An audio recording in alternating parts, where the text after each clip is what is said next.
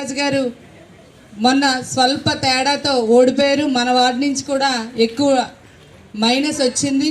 కానీ అప్పటి నుంచి కూడా ఇప్పటి వరకు మన వార్డులో బోర్డు అంత డెవలప్మెంట్ చేశారు ఆయన. రోడ్లు కానీ, పార్కులు కానీ, స్కూల్ కానీ, మన వార్డుకి సంబంధించే చాలా కోట్లు వెచ్చించి ఆయన ఎంతో అభివృద్ధికి తోడ్పడ్డారు. అంతేకాకుండా మన పథకాలన్నీ కూడా మీ ఇళ్ళకి చేరుతున్నాయంటే ఆయన మమ్మల్ని అందరినీ కూడా వాలంటీర్లు కానీ, ఇక్కడ ఉన్నటువంటి నాయకుల్ని కానీ, కన్వీనర్లు కానీ ఆయన తీసుకున్నటువంటి శ్రద్ధ, చూపించినటువంటి ఆయన శ్రద్ధను బట్టి అందరూ కూడా ఈరోజు అన్ని పథకాలు కూడా లబ్ధి పొందుతున్నారు. ఇంకా ఎవరికైనా ఏదైనా రానట్టయితే సార్ దృష్టికి తీసుకొస్తే తప్పకుండా తీస్తారు. నేను ఎక్కువ మాట్లాడను. కానీ వైఎస్ జగన్మోహన్ రెడ్డి గారు వచ్చిన తర్వాత చెప్పినవన్నీ కూడా మాట తప్పకుండా చేశారు. అవన్నీ మీకు తెలుసు, అవన్నీ సార్ మాట్లాడతారు.